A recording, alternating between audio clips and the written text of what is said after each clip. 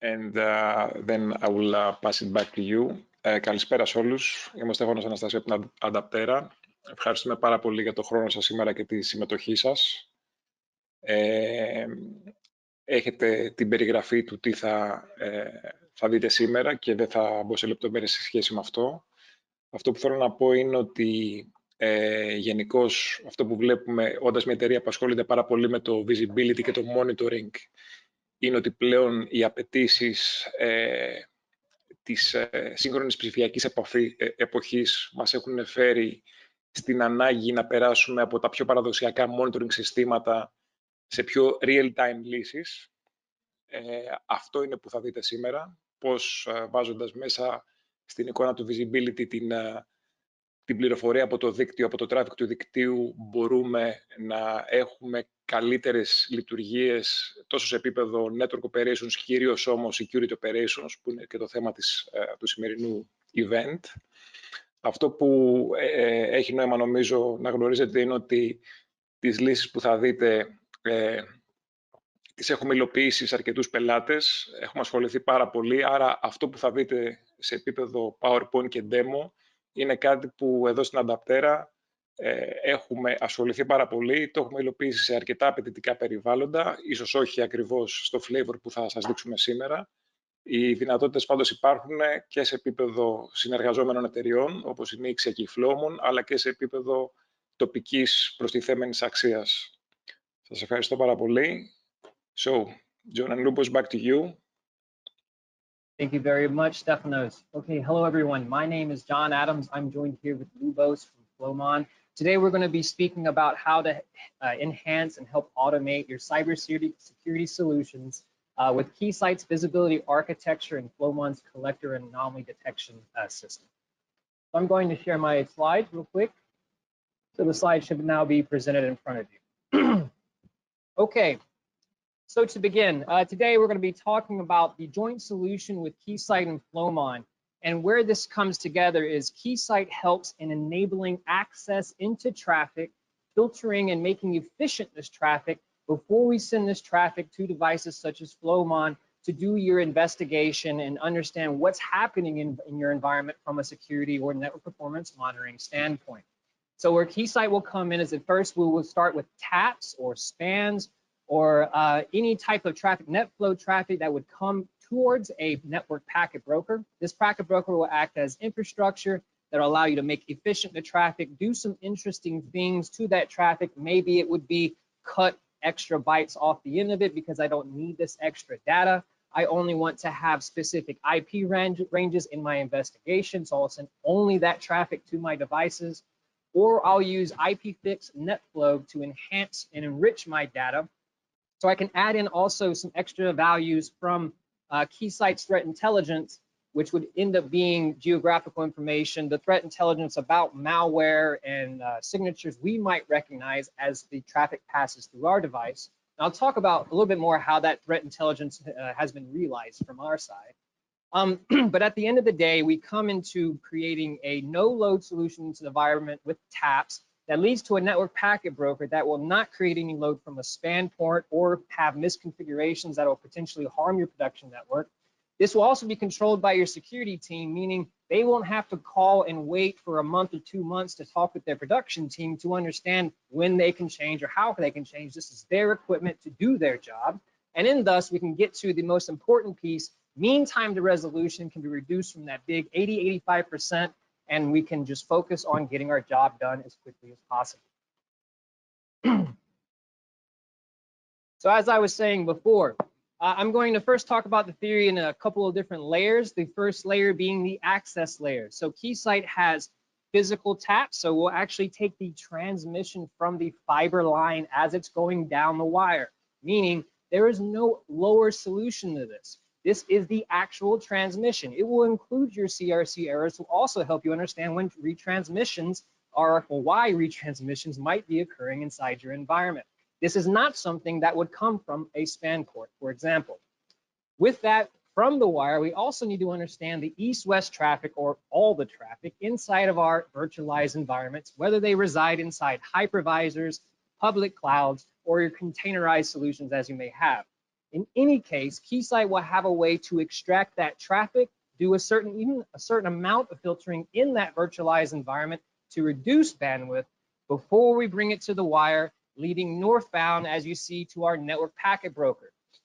So the network packet broker will act as a control layer, the infrastructure to allow multiple lines of tap traffic to be fed into this device. And then from that, where you might have hundreds of gigs of traffic, filter down to the most interesting and most necessary items that are necessary for the devices that you have in place. So as you see here, you might have security tools, performance monitoring tools, or specific tools that are just focused on specific types of the deployment, such as maybe just web application security.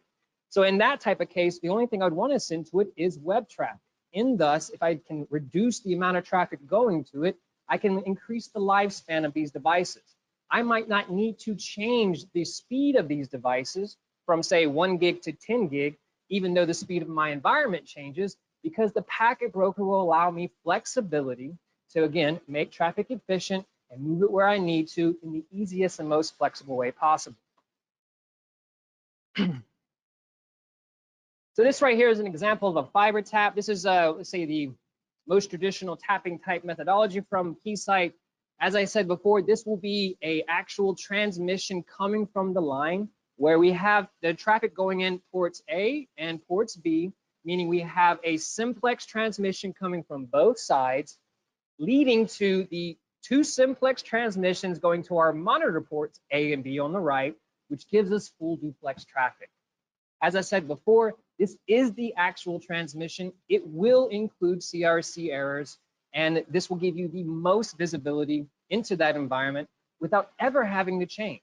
Think of it as a water faucet that's been turned on, and you can just take what you need as you need it. Instead of always trying to build more into the environment, reconfigure it to help you grow, just have all the resources available to you now.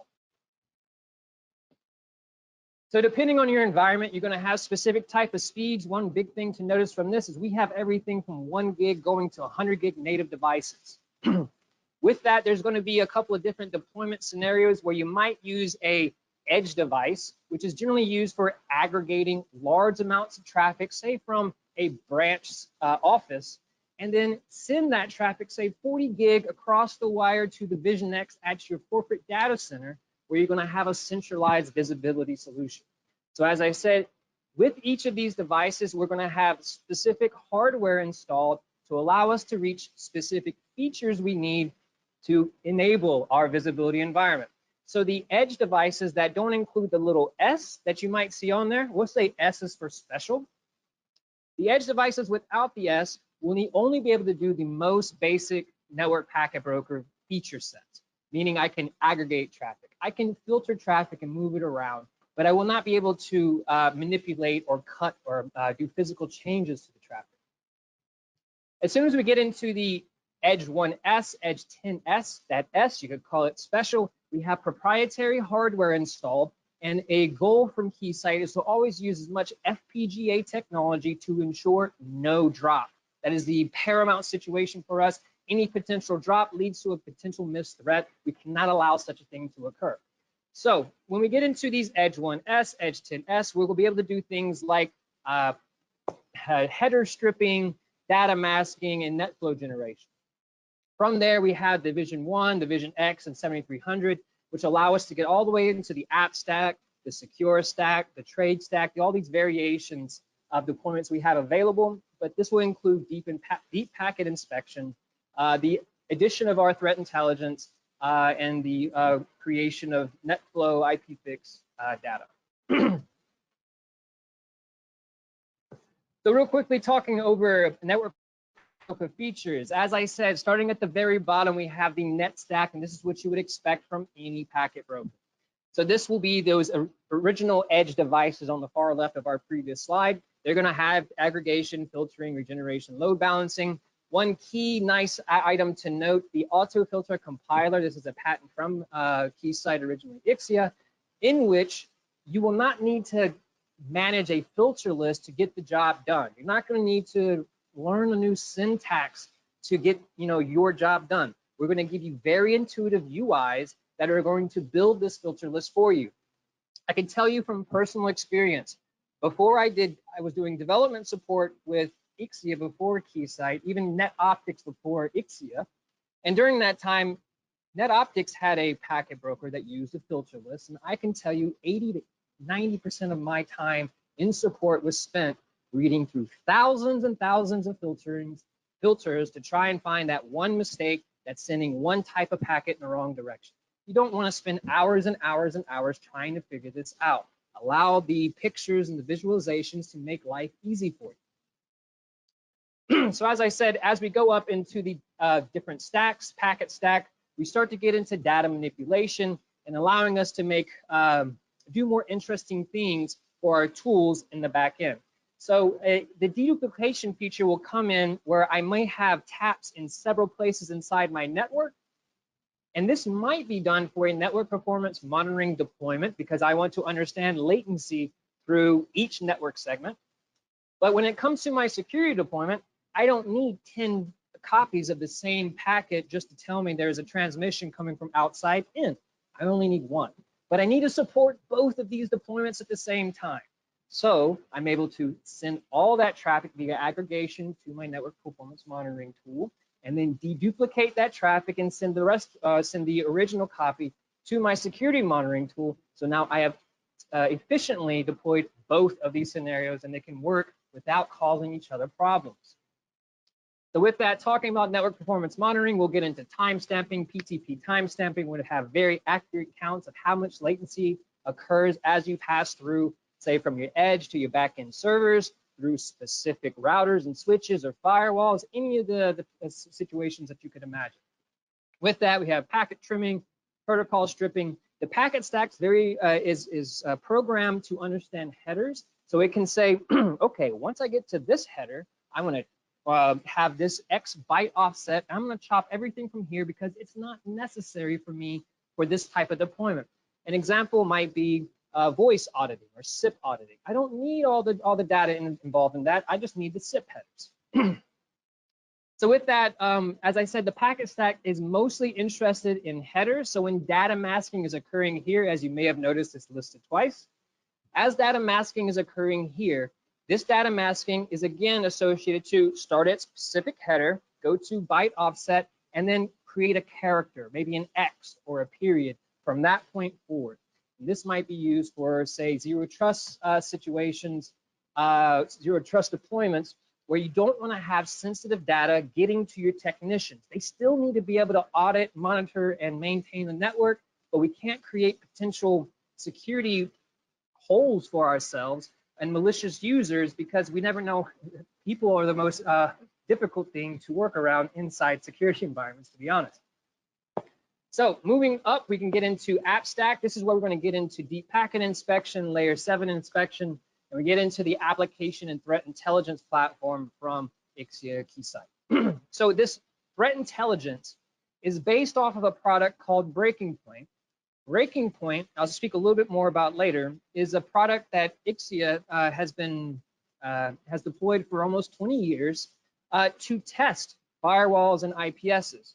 So we've had to take a lot of time to gather all the various attacks because we're a sandbox testing, or this device is a sandbox testing device.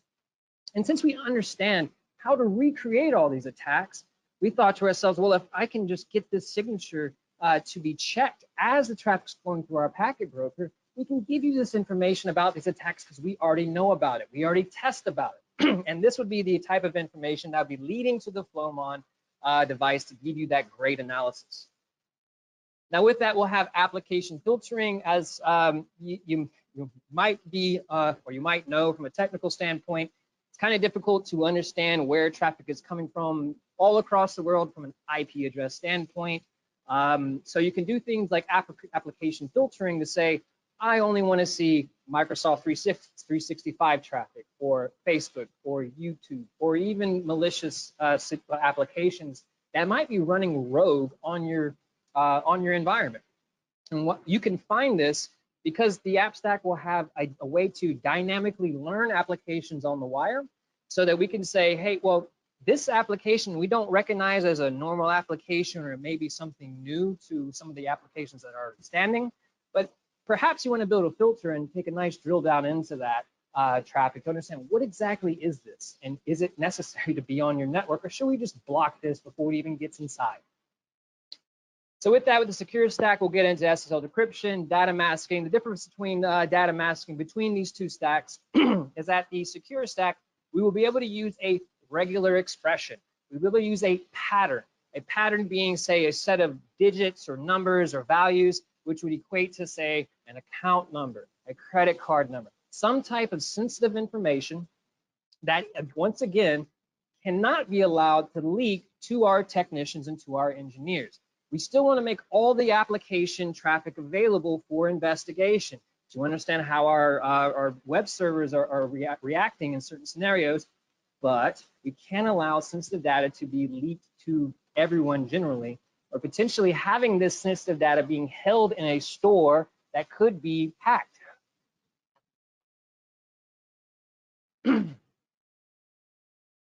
So going into the topology of deployment, this is passive or out of band monitoring, meaning the traffic is going to be analyzed, but nothing will be done inside the production network to this traffic. We are simply trying to extract information from this environment.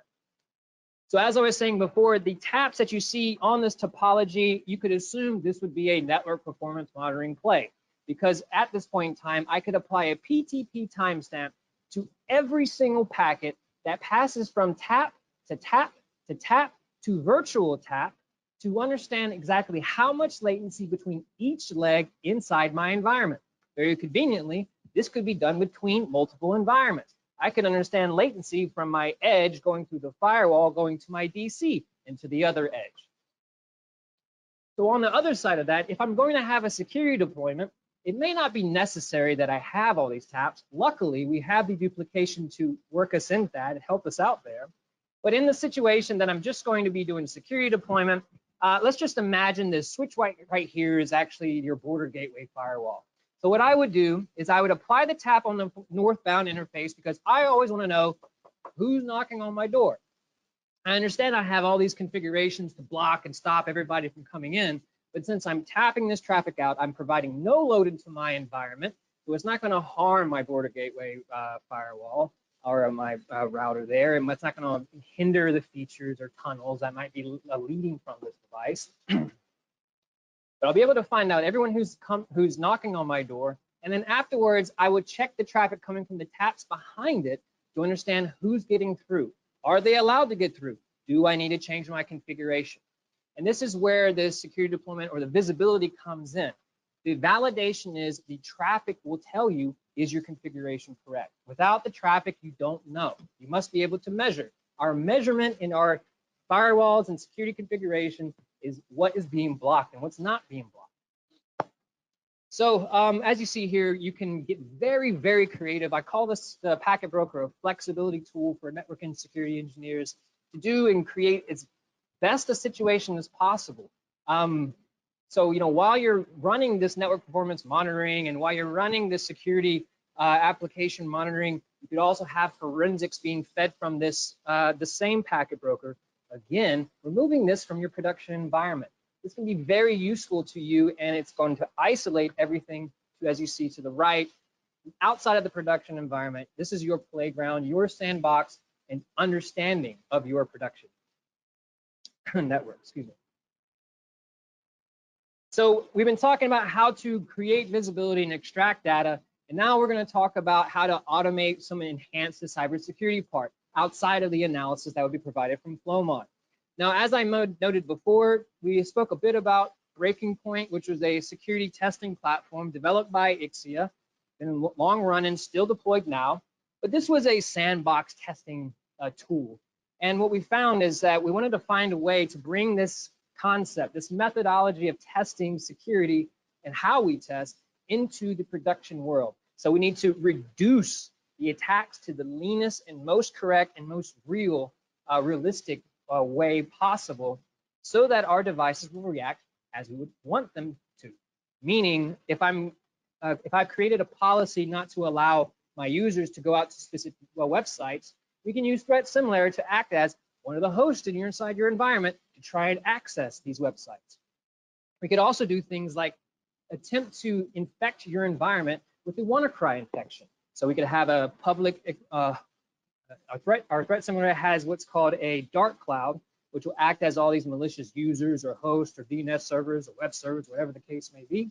And this dark cloud will try to infect this agent, theoretically infect, it's all simulation, theoretically infect this agent to verify that your firewall and IPS is able to block this situation from ever recurring, and do it on an hourly or daily basis. Because like I said, changes occur all the time. People are changing all the time. Configurations are changing all the time. And I'm sorry that hackers aren't sitting on computers trying to hack your PC anymore. They have 1,000 robots that are just waiting for a hole to open up. And so they're just pinging and sending attacks all the time. And actually the hacker's sitting there with a pina colada, enjoying his life, just waiting for you to make your mistake. So we want to ensure the mistakes never get made by doing attack simulation to validate our environment on a daily basis. So as I said, our breaking point platform will resided in the bottom right. So the x-axis being completeness. This is going to be how real, or how, realism, how real the attack is. Is it going to follow proper cyber kill chain activities? So we have the pre-deployment security testing that might be done in January, and it's going to cost a large amount of money because we're going to test everything. We're going to send every single attack we know about and just verify that your configurations are good for, say, the next year or 2, 3 years. So from there, we have penetration testers and our red and blue teams that'll come in and out of various environments on a few months or a bi-yearly type situation to validate, well, was our security testing in the original sense correct? Is it still correct? And can we still have confidence that everything's working as it should be? Now, on the left side, on the y-axis, you'll see the frequency of validations. So where you see this, our pre-deployment security testing, maybe once every year, a couple of years, penetration testing quarterly, biannually. The vulnerability assessments in the top left, this might be like a Nagios scanner, something that's going to open a whole bunch of telnet ports or just see if there's a access or availability. You could even call this Shodan.io if you haven't heard about it. But this will tell you, well, I see these ports open, you might be susceptible to this, but it's not giving you realistic attack information about specific attacks that you are susceptible to. And this is where, to the right, we're going to get into breach and attack simulation. So we're going to be using very, very realistic attacks. We're going to keep these safe from your devices inside your environment. And with that, we'll be able to automate these attacks to occur, as I said, on an hourly or on a daily basis to always ensure no doors open. So this is an example of what we call a ladder from the threat simulator. What you see on the left is a breakdown of the audits that would follow the cyber kill chain to accomplish the WannaCry infection and spread from an external source, meaning the dark cloud is going to initiate this attack. So the concept here, Eternal Agent 1, might be sitting at your servers in your branch office. From there, Internal 2 is sitting with your servers at your corporate DC. The concept here is I'm going to try to simulate an attack from the public internet to breach your branch office. And if I'm capable of getting all the way down, as you see, to audit 5, which means I've already encrypted your device, I've taken control, and now I can start to attack other devices. Audit 6, I'm going to start trying to go elsewhere. So the idea is you would deploy agents in various security zones to verify nothing will ever leak, that even the configuration, coming in or lateral inside your business, all of this will always be secure, and you'll get a report about, on a daily basis, on a monthly basis, as you wish, to understand, are we still safe? Okay, from here, I'm going to pass over control to Lubo. Sir, give me one moment.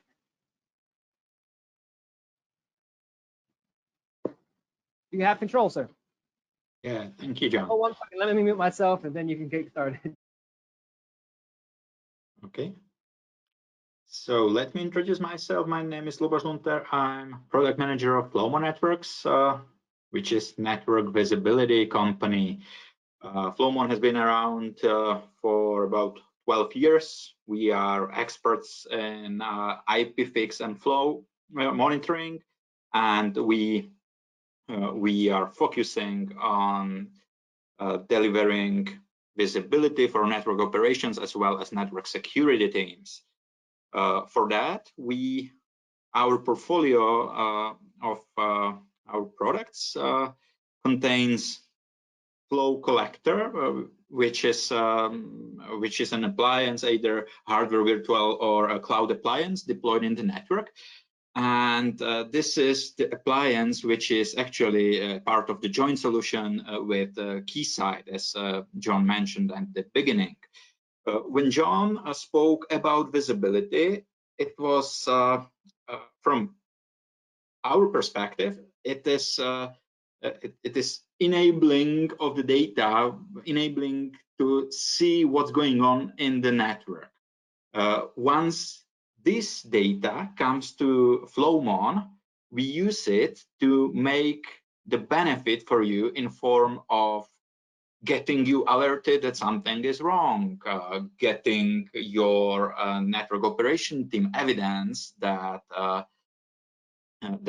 some operational issue is going to happen, or if it happens, how to solve it. And but also we use this data for the security teams by running machine learning algorithms over this IPFix and NetFlow data stored on the collector.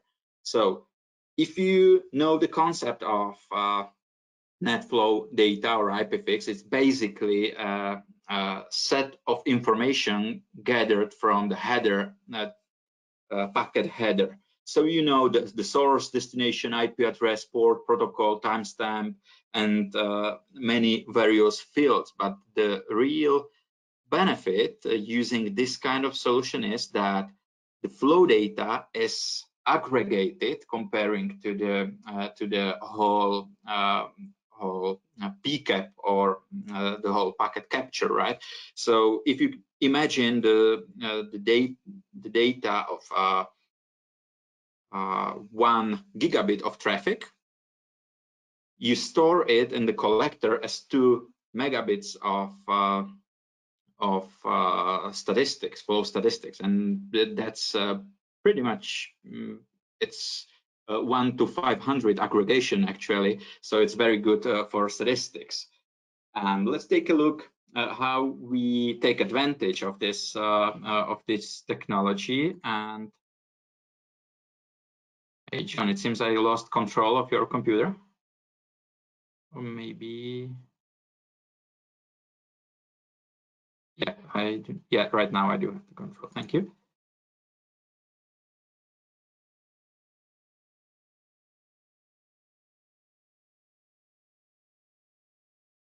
Yeah.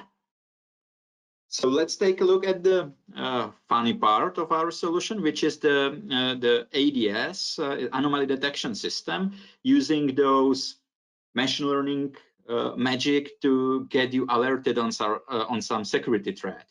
So which data sources do we use here? It's definitely NetFlow, IPFix, which is network telemetry data. We do have our own probes, so we can enrich this data with layer 7 fields such as TLS, DHCP, DNS, and others. But we also do support third-party vendors. So Ixia and Keysight is one of them. So we understand their implementation of IPFix, and we can use some of their proprietary fields. But we also use raw packet data, we use user identity, IDS signatures, and we also employ threat intelligence. And so this is various data sources which are used by various detection methods and approaches, combining machine learning, adaptive baselining, heuristics, behavior patterns, and reputation. So at the end of the day, we do have a big database of NetFlow data from either sources, infrastructure sources in your network, such as routers, switches, or we can deploy a probe which sits on the tap or mirror port and creates enriched telemetry data for you. And then we store this data and run machine learning algorithms over that, so we can alert then on suspicious behavior. And the idea is that this signature-less approach can alert you on even unknown threats, because if you imagine a security scenario, it always uses or misuses some services in your network. And if you learn what is normal in your network, is if you constantly monitor what is going on in your network, after a learning period, you can just alert that something is different. So this is very, very simple explanation how we use this data. We are learning what's going on, learning what is normal for that part of the network, for that service, that protocol, and then we can alert on the change of the behavior.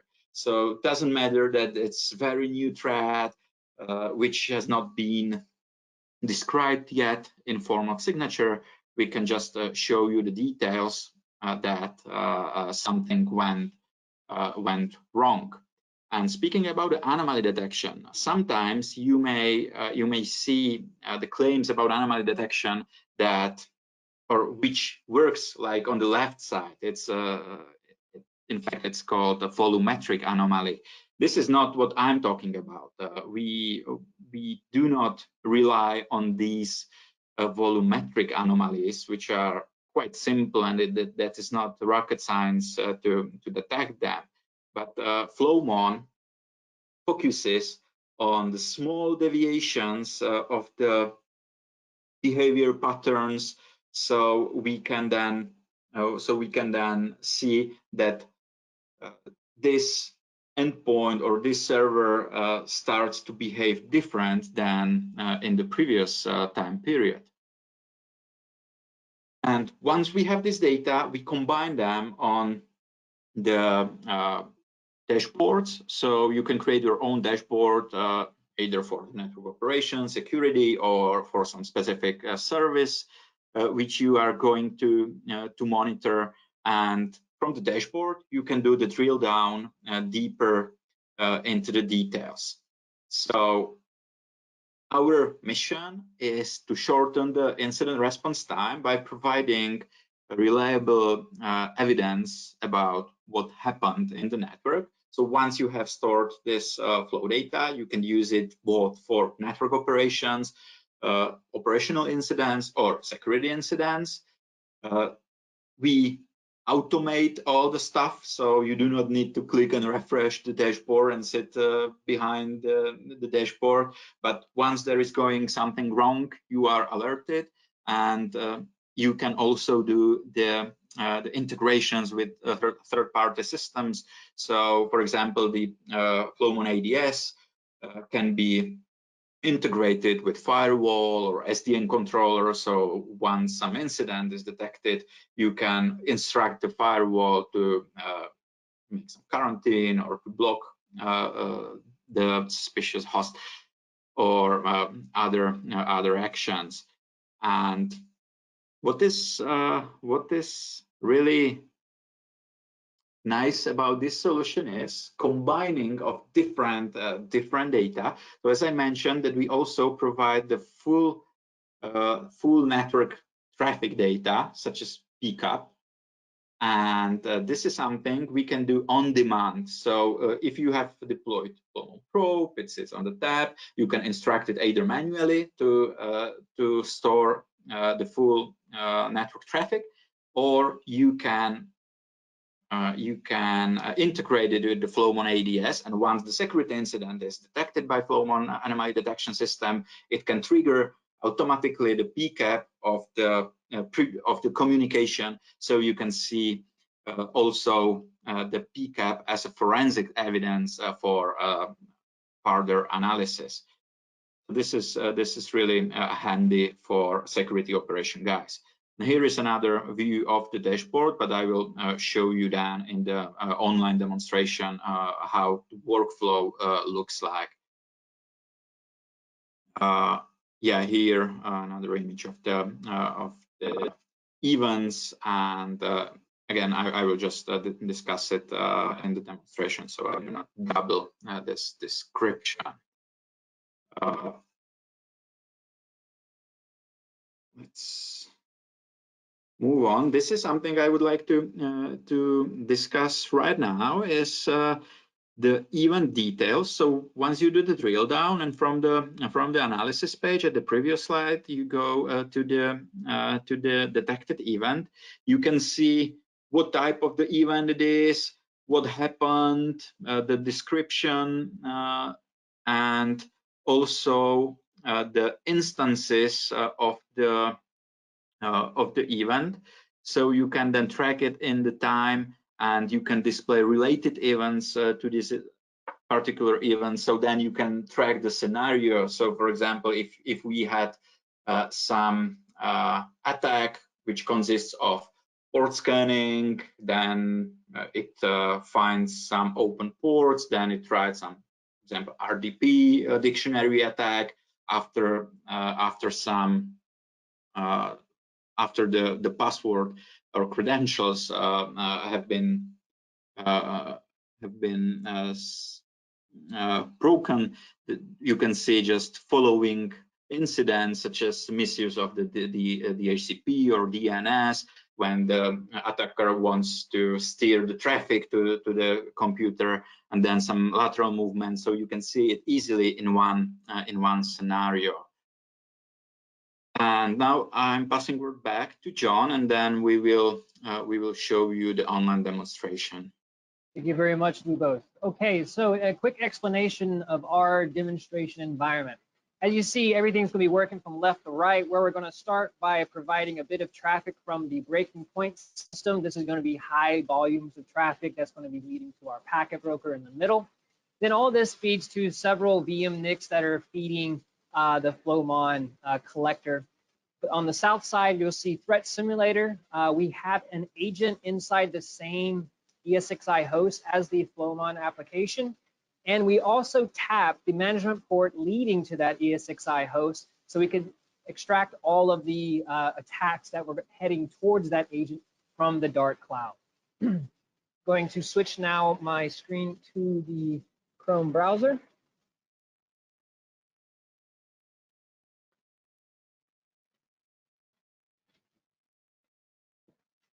Okay, so we'll move past our breaking point system here, but this would be the UI for generating some nice, effective security traffic, validating your environment. So from here, we have the visual one. This is the out of band, the passive diagram. There is a different diagram from inline solutions we could talk about with you another time, but this is for the topology I was speaking about before. So as we were seeing before, everything will be coming from taps or spans, ports of some type that lead to this left side, which will be ingress ports. These ingress ports will give you the capability of doing some first stage filtering.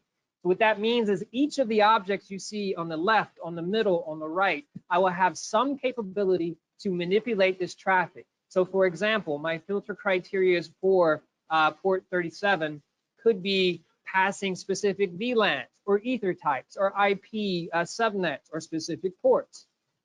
So from there, I could then also maybe even tag this traffic to understand where it's coming from inside that network, or timestamp the traffic from here, so I can understand when it first entered the packet broker. From that point, we send the traffic from our ingress ports to the middle, the dynamic filters.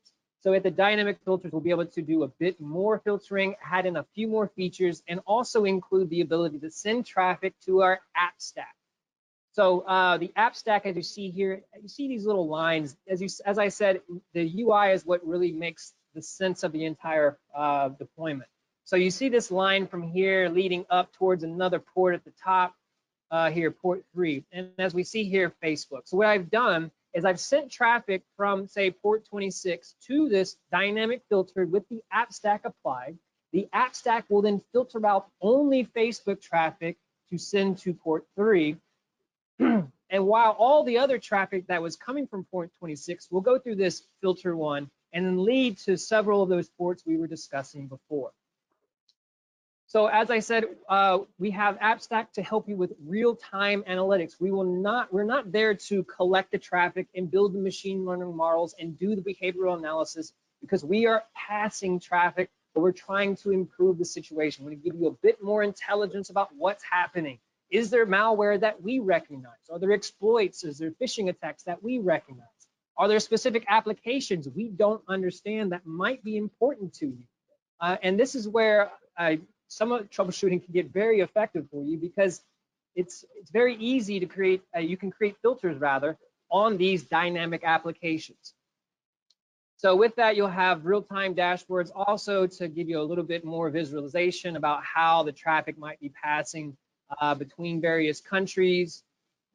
This has been used by other companies just to give you a better, like a heads-up display that sits on the wall, so you can always say, oh, why do we have a sudden transmission from China or something like that. So as I said, from here, we're going to be sending all the traffic from our ports to our various VM NIC ports, leading to the vSwitch that's going to be handling the Flowmon. Before we go over to the Flowmon device, I'm going to jump into the threat simulator now. So this is a software as a service. It's being hosted in the public cloud. And from here, this is where you'll get capability of, let's say, an automated red team to fill in the gap when you do not have this knowledge, expertise, or experience in a lot of cases. We have security people who understand how to build firewalls, but they haven't spent 10 years attacking networks. A lot of people don't even get that type of opportunity.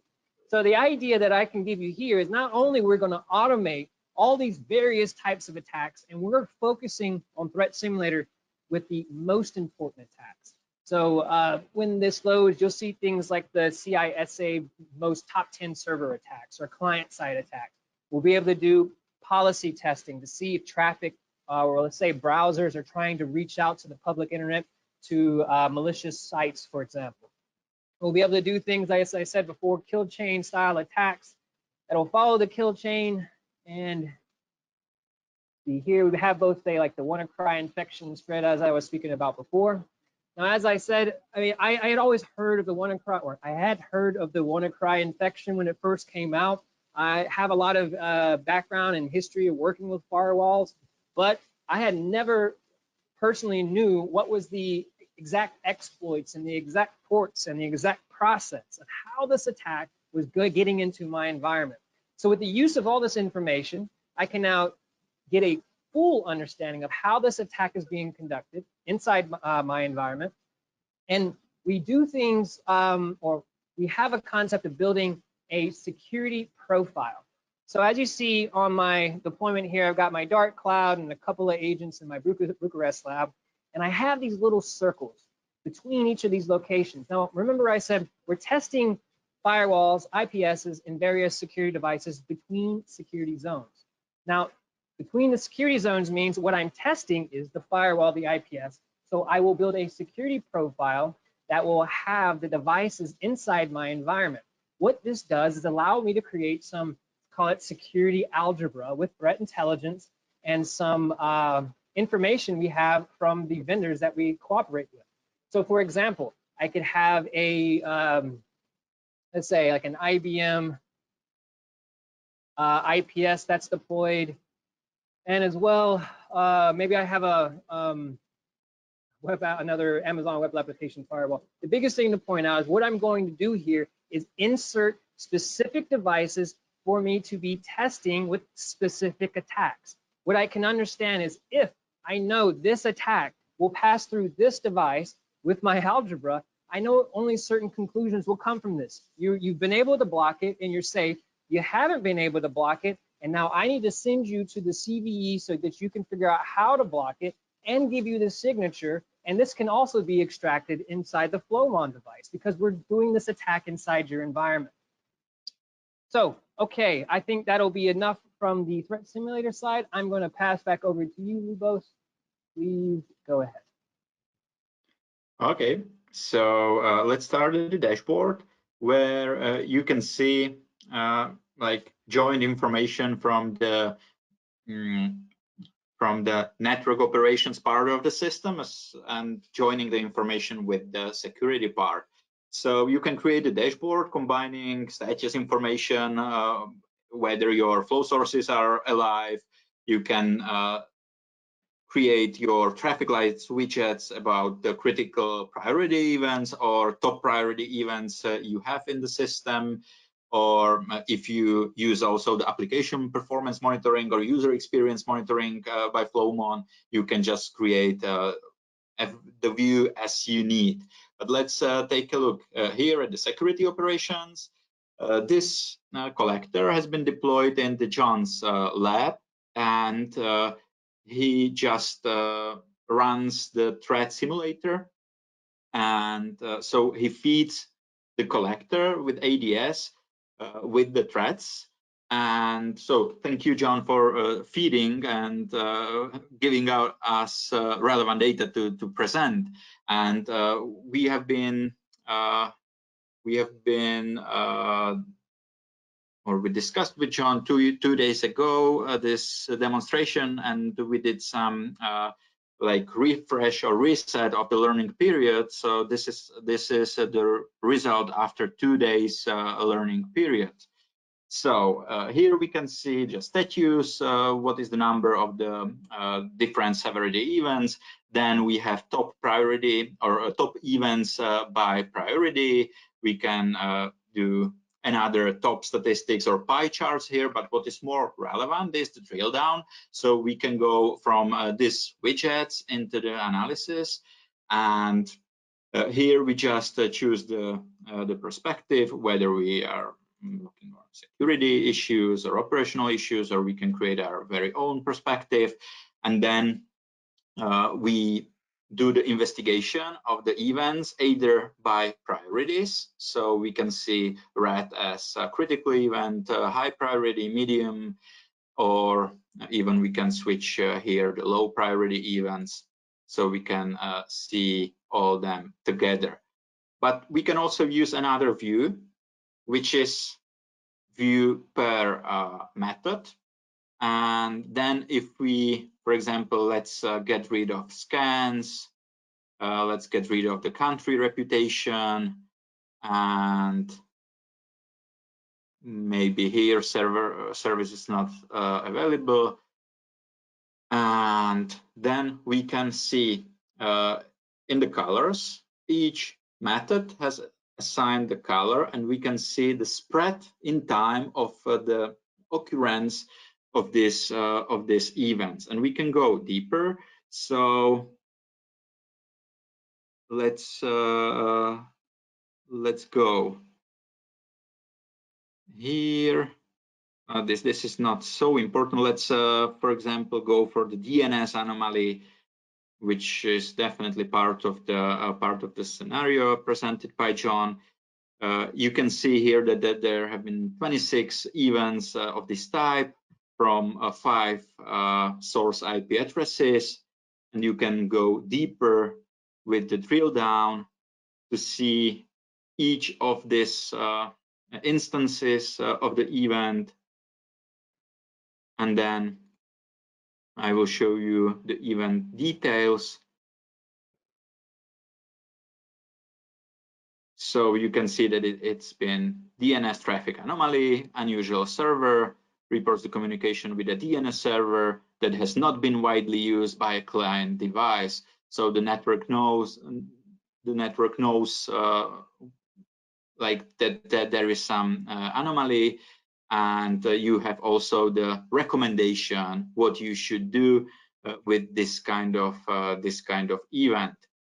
Here is a detail like explanation why this method has been triggered. So successful communication with unexpected DNS server. So it's definitely part of a lot of attack scenarios once another device in the network becomes DNS server. Here you can go for event evidence, so you can investigate the flow data which led to trigger this event, so you can go up to the raw flow data for the investigation. And if we had here deployed also the Flowmon packet investigator, which can do the full packet capture, we could see here among the evidence also the PCAP, which was captured by this kind of event. And we also do support for each event. You can set different like action or alert option, so that there is a combination of syslogs, SNMP traps, emails, or you can trigger your own script, or you can run some integration with a third-party system. So this is the workflow, how you do the investigation. Here another very common misused protocol is ICMP among the threats. So sometimes it's being used in a way that ICMP, which for many tools seems like a relevant protocol, like service protocol in the network, but sometimes the attacker sticks a payload to these packets, which is not common. So we can then see anomaly, for example, that there has been some payload, or this is, yeah, let's go here for the details. In this instance, we can see that ICMP ping flood has been detected. So we can see also that the request has been sent to this number of devices, and 17 hosts were flooded. So this is everything you can see from the flow data. And another big thing about the flow data is that it's layer 3, layer 4 mostly. So even the encryption is not an issue for this kind of details. Okay, so this is, I'm checking the time, and I can see that we are running out of the time. So I'm passing the word back to John, and yeah, we should go for questions if there are. Yeah, so please go ahead and ask questions if you have any. Inside of the chat, I believe we have the availability for questions. And, you know, as Lubos was talking about, you know, looking at that DNS type querying as being very important.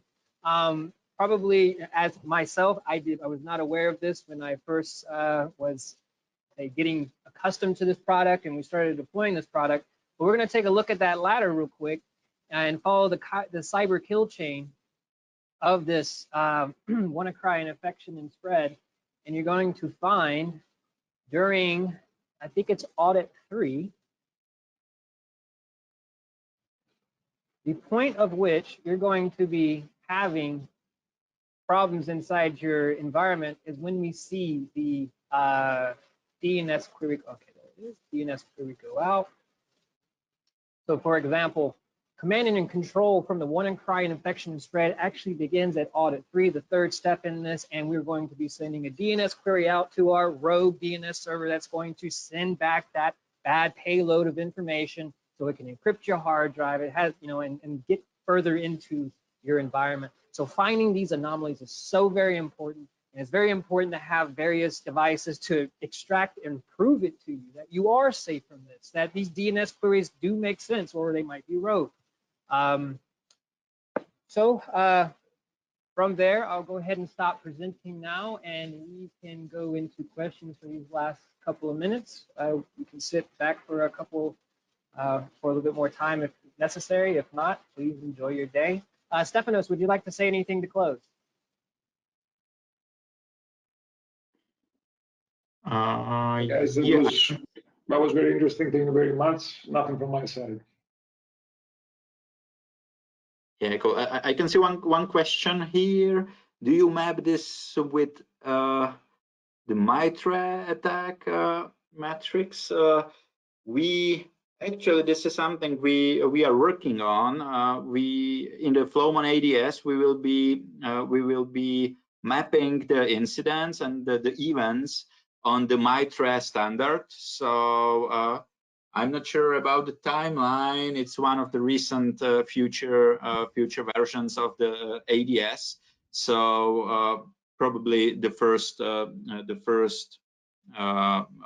major version of ADS will be showing this MITRE matrix, and it will be also available in the dashboard. So you do not need to dig into the analysis. You can just see and check it directly at the dashboard, and or you can use it in the reports feature. And to compound on that situation from the threat simulator standpoint, as I was telling you, we're doing like security algebra. And if I understand what devices are inside that environment, what we have implemented is the capability of sending you directly to that vendor's CVE description. But if we're ever using generic type tools, say we were testing a generic firewall, a generic IPS, we would send you to various locations such as MITRE to get your attack information and signatures or things like that.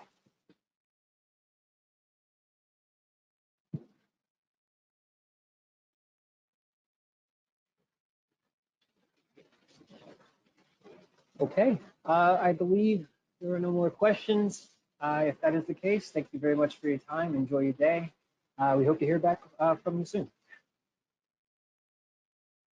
Yeah, thank you very much. Take care.